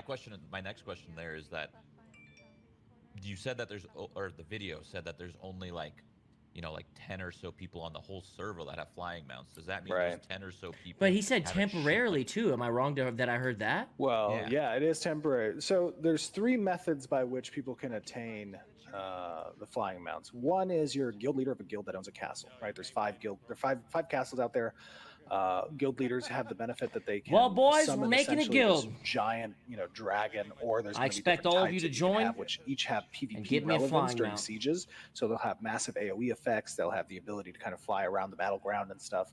Oh and direct shit! Like people. a straight up like leader. Like Yeah, God, like okay. a huge ass dragon. And then the second group of people that can acquire these large flying mounts are mayors of metropolises. And metropolises are the highest stage of node development you can achieve. There can only ever be 5 metropolises on a server at a given time without they don't have to be destroyed. So that's 10 right there. And those are temporary. So like mayor gets elected, guild leaders can be supplanted, whatever. Or taken out by other guilds who take the castle. So those are temporary. Then in addition to that, legendary bosses will drop these royal mounts. They're called royal mounts. Legendary bosses will drop eggs. And these eggs can be cultivated through the animal husbandry system, essentially through a certain quest line that exists within the animal husbandry system. If you have a high enough stable upgrade on your freehold. Oh, I love. I just love all these requirements. Keep doing requirements. I love it. They can be cultivated into a lifetime specific flying mount. So once it gets to a grown stage, you'll have a 30-day between a 15 to 30-day lifetime on the mount, and that variable is determined by the efficacy of your animal husbandry skill. So the more proficient you are in that, or the person you find who's proficient in that, can raise the animal, and then you will have a wrapped, essentially, a lifetime on it. Can you imagine Does having that a mean flying you mount also in have this a game? time requirement to hatch the egg? No, so essentially the egg does not have a lifetime on it, so you can hold it for a period of time. Or actually, maybe hold on. Yeah, he's on a dragon right now, Shroud, on my stream. He's riding around a dragon. That's funny. Yeah, that's good timing. I'm not sure. Actually, I don't remember. I have to check what I wrote in the GDD to remember that. Maybe it does have a time frame, but it's an ample time frame. And then additionally, once the raising is complete, the item comes into your inventory as a mount would, and it's in a wrapped state, which means the timer's not ticking until you first use it. And then when you first use it, the timer ticks. Okay. So wait. The timer ticks as in like when it hatches? Are we It's talking life. about? Oh, it's life. No, It's life. Once you hatch it, right? That mount now has a lifetime. Dude, that's right. You are the game that. Are you the game that your character gets old and shit? Was I hearing that? No. That's a different one. That's a different Okay. one. Oof, okay. So Don't I put was that thinking voodoo like on you're us, dragging Ricky out a Bobby. lifetime, dude. Yeah, okay. So yeah, my guy's not gonna die randomly when he's like 80. That's good. Okay. Is that online and offline time? Or What game only is that? online time? That's online and offline time. Okay. Yeah. Does that mean? So it's not like very. That game got canceled. So my question is like, how many people are actually going to have flying mounts? Does that mean people could constantly farm it so that like there won't only be 10 people flying mounts? It might be 100, 1,000 because people are grinding, trying to get the eggs. So okay. Now you're reminding me. My so there question is a how rare- lifetime on the hatch. How There's a rare is the lifetime on the egg? hatch, and the egg is pretty rare. So it's only going to come from certain legendary world bosses. So in that regard, and then there's a chance only to drop it. So it's going to be rare in that sense. And then yes, that's a very good question, Shroud. So that reminds me. There is a lifetime on the hatching process, and there is a lifetime on the ability to open the wrapped item, essentially, and start that lifetimer. So at any given point in time, you're going to see anywhere from 10 to maybe at max, I would say around 20, based off of the legendary world boss timers, probably 20 people who have flying abilities. Out of 8 to 10,000 people on your server. Correct. Out Well, out of Concurrently. around 50,000. Yeah, Right. Yeah, 8 to fucking A. 10,000 concurrency. Fucking Can A. you sell That's the egg to other people? You can sell the eggs, yes. majority of the items that exist in the game, and by majority I mean the vast majority of those items, are tradable. There is not soul Like bind bound on- gear yeah, okay, or yeah. bind on equip and bind on pickup. No shit. The economy Wow. is built in a way that requires not only the deconstruction of certain items in order to continue to advance on the crafting side of things, but also the repair system for gear degradation is not some trivial, simple gold sink. They actually require a portion of raw and processed materials in order to repair certain types of items. So in that regard, we want to make sure that the economy is a closed system, but is not bound dependent. It is open, so it can be traded and sold. Okay. I wonder if Holy that's ever gonna mean. shnikes. I wonder if that's ever gonna mean What like about, people are so rich that they could just buy everything and give all their newcomers insane gear. So here's the thing, though. There is a significant amount of sinks that exist in the game. So, a lot of games that I've played in the past, and Arcade was one of them, honestly, where there was so much gold generating mechanics and systems available, but there was minimal gold sink systems that were present, which caused this overtime inflation. And inflation's always a mechanic that's difficult to address in MMORPGs, right, over time. But if you present a significant amount of sinks at the higher tier systems, right, so it's not encumbersome on new players, but it does reflect a kind of end game state to progression and chase. I think those are going to be sufficient. And it comes down to testing. A lot of these systems have to be tested and have to be refined and have to be iterated upon.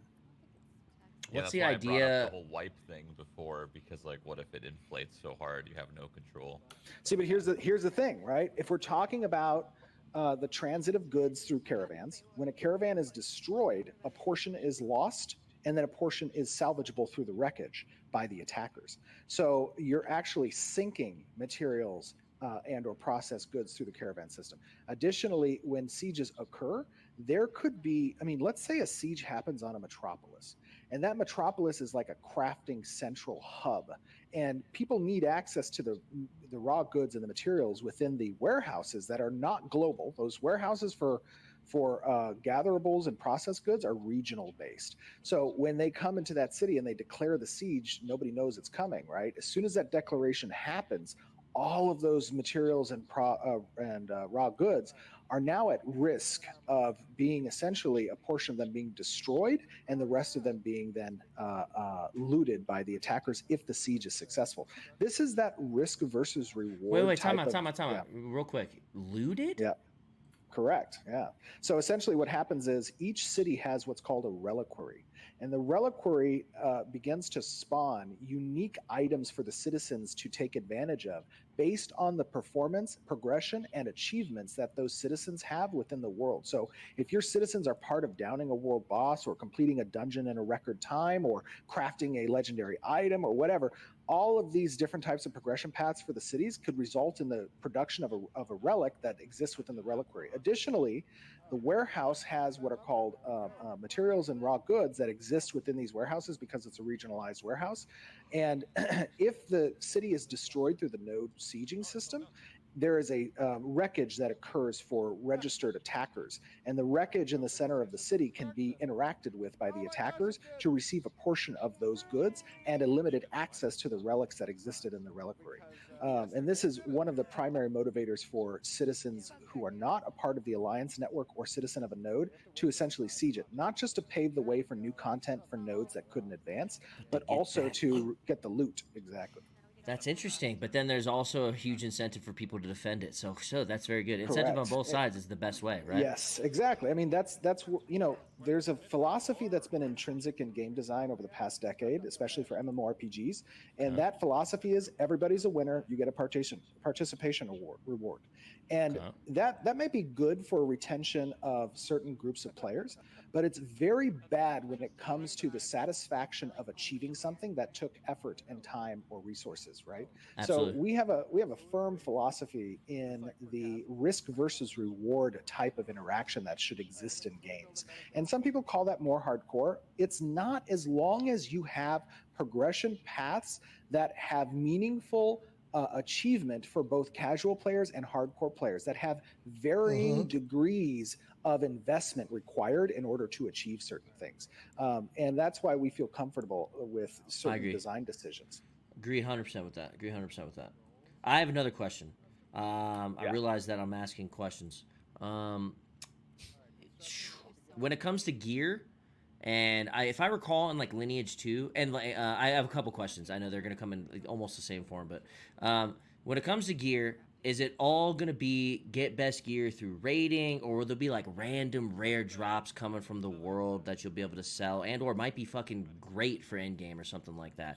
And on top of that question, I also want to know, is there, I think personally in MMOs, a huge thing is rarities, like the sense of accomplishment, but also the sense that, oh shit, I just got one of the luckiest things ever. Maybe outside of the dragon, obviously, or the flying things. Maybe bosses have certain drops, like World of Warcraft, people go on mount runs, right? Things like that I think are really cool. Going and trying to get this thing that is very rare to drop, you can do it on your own, blah, blah, blah. Is there any plan on doing things like that? Yes, absolutely. So one of the biggest things that I've enjoyed in the past, when you have games, so MMORPGs have a lot of the influence in the MMORPG market, at least in the Western world, in North America and Europe, stem from Eastern created games, right? And they port over those Eastern games into North America and Europe, and it's the easiest kind of thing. And there's a lot of RNG that's associated with it. One of the things that I've enjoyed, at least when it comes to like those more grinding oriented games, when you're out in a hunting area and just fighting all day long, if there isn't a chance for you to strike gold, it's boring as hell. If there is a chance for you to strike gold, it's a chase that you're having fun doing, right? I mean, I would grind in BDO, I'd grind pirates forever, just knowing that, hey, I can get one of those items that gives me like a huge increase in gold. You know what I mean? Oh, man. It makes it so much better. So in that regard, when you're talking about the drop tables that's associated with like trash mobs out in the world that aren't elite or whatever, yes, there is a loot table that exists. There are going to be random chances for players to strike gold and hit, great items and whatnot. Those chances will increase based off of the level of the mob, based off of the elite status of the mob, based off of whether or not it's a dungeon boss, a regional boss, or in the world, boss, that kind of thing. Cool. Yeah. That's perfect. And that comes with like that'll be in forms of anything. Like when it comes to like a loot, it might be a sword, it can be a rare material, it can be whatever. So the rare material, the materials are gonna stem primarily from the gathering tree of the artisanship. That's fine.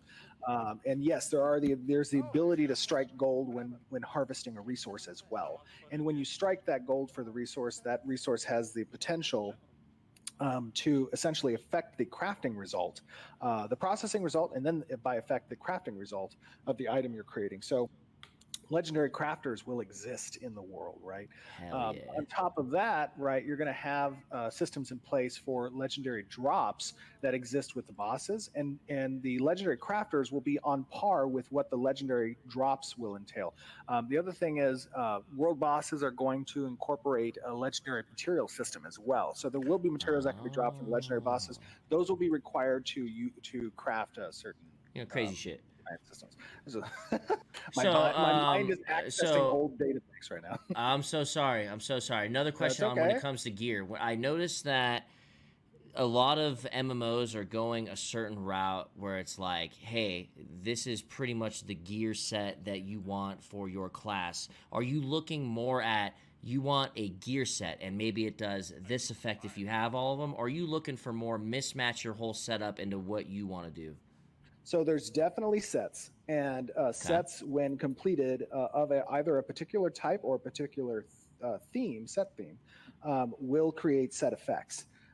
So you'll have an overarching set effect that reflects whether or not you're all cloth, all leather, all plate, and then you'll have within those categories you'll have sets that exist like the blue scorpion set or whatever. And then on top of that, you can mix match, and the way gear is essentially created, it's situational upon what encounter you're facing. So damage has multiple types, right? You have non-mitigated damage, you have magic-based damage, you have physical-based damage, right? Those types of damage will be, when incoming to your character, will be mitigated by your certain stats that reflect that damage. So physical defense, magical defense, conversion percentage, conversion into health, that kind of thing. So when you're thinking of like your gear sets that you want to acquire, if you're going to go all cloth, right, you're going to have a higher resistance and damage mitigation to magic type damage. But if you're going up against a physical based encounter, right, and you need that physical damage mitigation, you're going to have a plate set essentially. Probably, I mean, you don't have to, but you could go evasion mechanics as well. But you're going to want to go plate set in order to beefen up your physical damage mitigation. Yeah, point is diversity, right? Like, point Correct. is like having to maybe not just, oh, I got the set and we're Gucci now. You know what I mean? It's not ever going to feel like that. Well, I mean, maybe end game, but yeah. Okay. Yeah.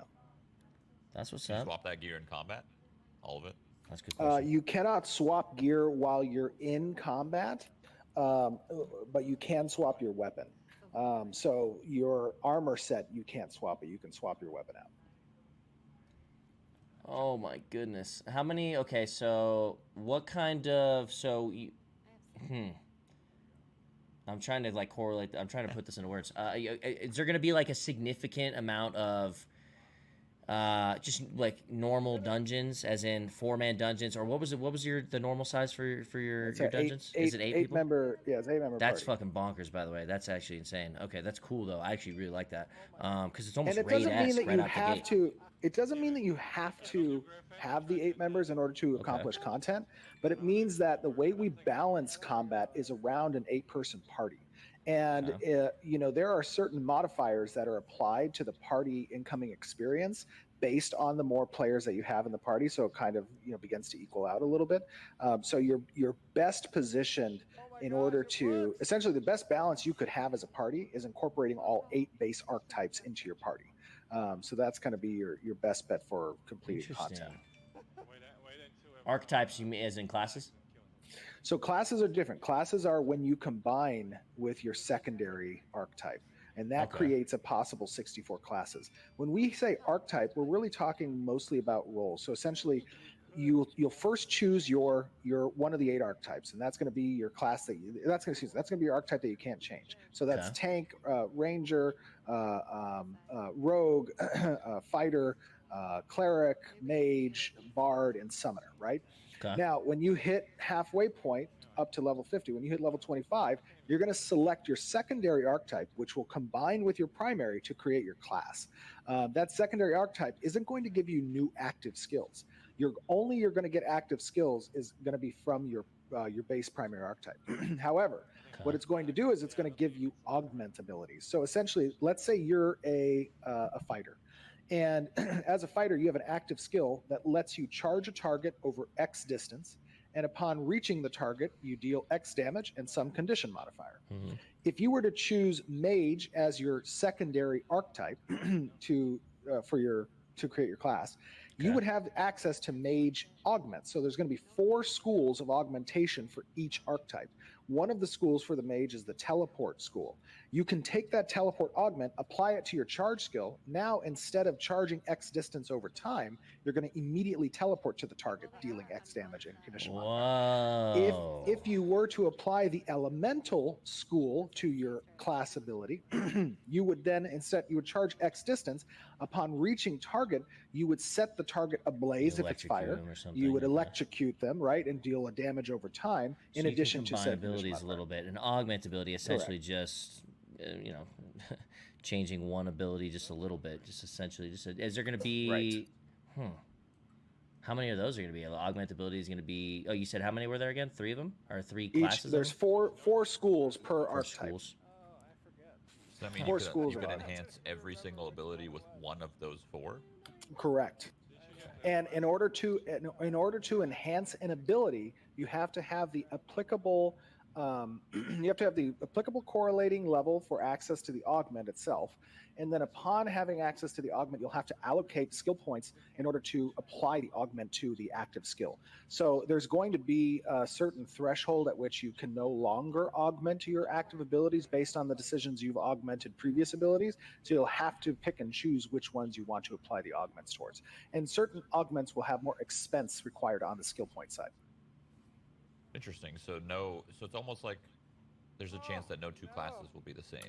Absolutely. When you That's the desire. When you mix the 2 archetypes, it's not just like you are now this, and everyone that mixed those 2 archetypes is this. Correct. It's not like that anymore. It is. You It is. You could change it yourself. Yes, so it's really driven by your skill point allocation. So your first hurdle on skill points is going to be choosing the active skills you want. The other thing is there's 2 additional skill point allocation trees, the passive tree and the combat tree. So the combat tree reflects your main weapon choice. So let's say you're a one-handed sword user, right? One-handed swords have the ability, so we don't have an auto attack feature, we have an active attack feature. The active attack feature lets you, hit your Q key or whatever key to attack a target within your forward arc or that you have targeted, right? Your weapon familiarity, which is determined by the amount of skill points you allocate to the combat tree, will let you unlock certain proc effects when you attack with your primary weapon, not with a skill, with your primary weapon. So essentially, let's say a dagger has some slashing effects that bleed the target or that cripple the target or do something along those lines. Every time you attack, you have a chance to proc that effect. That effect then can synergize with what your active skills tree has available to it. So let's say your backstab deals 30% additional damage to a bleeding target. If you attack with your main weapon first and the target gets the bleed proc off and you do your backstab skill, then you're synergizing your effects. Additionally, skills synergize with other types of skills as well. So you have to allocate your skill points appropriately. Interesting. Good- Okay. Have fun balancing that. Oh my. Yeah, it's gonna be goodness tough. Gracious. Good luck. It'll be fun. Oh man. That definitely will be. Okay. Interesting. What are I guess I don't have any. I already answered that. 40 man raids. Is there going to be raids that less than 40, or are you guys just going to allow 40? You add groups to raids essentially, and you can add 5 groups of 8 to a raid. So you could have a group that's added that only has 1 player, or 5 players, or 4 players, or whatever. Okay. So you can't go over 40 then. 40 Correct. You can't go over 40. Okay. Oh, one of the other ways, by the way, we were talking earlier about how solo players maybe who don't want to be a part of a guild or whatever, and there's like soft pseudo factions that they can be a part of. For a player's benefit as well, voice over IP is something that's present in the game for groups and raids. So raids can allocate group leaders to participate with the talk option, cool. and you can mute that person or you can mute that function yourself if you don't want to listen or whatever. But it's out of the box present for like pug raids or pug groups, so you don't have to exchange like Discord information. You can chat just in Easy that scenario. points. Yeah, I like that. I like that big time, actually. Okay, cool. Oh, man. Okay, question. Where do you think this game is percentage-wise from where you see it in your head? Not necessarily where it's at, where you would like it to be. So, I mean, in my opinion, like we are going to accomplish every feature we have discussed. The goal here is to create a quality game. A lot of MMOs that I've played in the past have been ruined by a bad launch that the game wasn't ready to launch for. And, MMOs are built off of their initial momentum. And it's important to get shit right when you launch an MMORPG. So our objective and my objective 100% is to make sure that the quality of the game lives up to the standard that makes us as developers proud and that makes our players proud as well. So when we think about how we're going to institute these systems, these mechanics, we're doing so from a point of we need to get it right the first time, and our vision is to institute all of these things. Oh yeah, good. That's fucking super good. Yeah, I agree on the whole momentum thing for video games. Some people will be like, oh man, I can't tell you how many people tell me to play the Forest today, and I just be like, nah, I'm not playing the Forest, because like 2 years ago the Forest sucked huge wiener, and apparently when they launched it, and then they made it way better apparently and added lots of things, and it's such a good game now, but it's like, oh man, that boat has sailed for me already, man. You should have launched it better. That game's a banger, though, I'm just saying. Yeah, I know. I know. I hear you talk about it. That's why I brought it up. It's really fun. But so does that mean like the launch is kind of, I mean, I don't want to say in a foreseeable future, but like you guys don't really know, you're kind of playing it by ear still? Oh no, we have our internal schedules. We pad our schedule with 30% padding. There's QA time that's there necessary. But the thing that's difficult, and just to give I'll say this, I'll be honest here. Okay. There's a lot of conjecture that is out there, on MMORPG subreddit or, with certain content creators, whatever, that talk about ashes and like, oh, it's a scam or, whatever. And that definitely is difficult to hear, because when you're spending your life for the past 5 years building this game and also funding it personally, it's difficult to hear, those things said. But with that being said, right, the goal here is, as we go through testing, there's going to be shit that comes up that needs to get fixed. And we don't know what we don't know that's going to come out of that testing. We can take a look at our schedule. We can look at, past experience, and we're going to estimate out all the tasks that are necessary to complete all these systems and mechanics and whatnot. But that's only as good as until we get into testing and something comes up. Like, okay, I'll give you an example. We got a lot of shit for Apocalypse. But if we had not done Apocalypse as a testing ground for many of the back-end systems and the architectures that we're building in the MMORPG, right, we would not have discovered a significant issue that we did, which we had to re-architect a lot of the back-end systems for.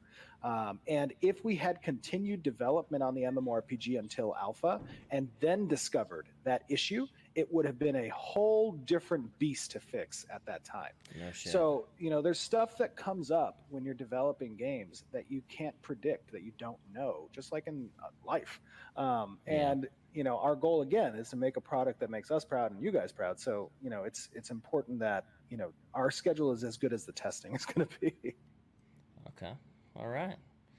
Well, shit, man. I honestly haven't looked forward to an MMO in a long time, but that's also because usually about 5 minutes into a review of MMO, I find something that I dislike about it, whether it be, and usually 95% of the time it's, oh, there's no open world PvP, and it's just like, well, that's like a killer for me, dude. That's the game breaker. I need to be able to kill who I want to kill. You know what I'm saying? So I really love that about this. I'll be honest. I know that's like a basic bitch thing to really love about MMOs, but yeah, but that's because we've been. It's nobody does it anymore. They think like this huge casual crowd, like we don't want to fucking fight each other or something. We just want to circle jerk each other and fight some monster, and that's it. I don't know, man. It's a breath of fresh air to be able to go through a whole review and like 95% of the things that were said about the MMO that are coming out. You know what I'm saying? So very, very nice, very intriguing. When you watch that review and I sit here chat with you guys, and my other developers are going to watch this, obviously later in the week and whatnot, it means a lot that you guys, take a look and just opine, give your opinion on what we're talking about, right? We're fully funded. We're not looking for people to go like buy the pre-order the game or anything. We don't care about that. We offer that stuff because people like it. But when we talk about essentially you giving your feedback, you telling us what resonates with you, people in your stream kind of commenting on they like this, they don't like that, they want the combat to get better, the visuals need to do this or whatever. We take all that stuff in with a grain of salt. We go through it, we analyze it, we have our community team go through it. It means a lot to us, and we really enjoy essentially people just giving their opinions on stuff. Yeah, hell yeah, man, hell yeah. I'm excited, man. This is cool. I like the transparency. I appreciate you coming on and answering some questions. To be honest, that doesn't really happen very often. It's because I'm not. I've obviously me and Shot aren't super good at this. No, I enjoy it. I don't like the formal interview stuff. I'm more like talking just like casually about our experiences, what we like, and shit like that. Yeah, because we kind of bounced around like one topic we're on this, and then we 180 somewhere else. So it's not very formal kind of thing, but it's nice. Oh, I'm so stoked to just see like a little gnome looking motherfucker, dude, or whatever he is, a dwarf. I'm happy about that. I like that.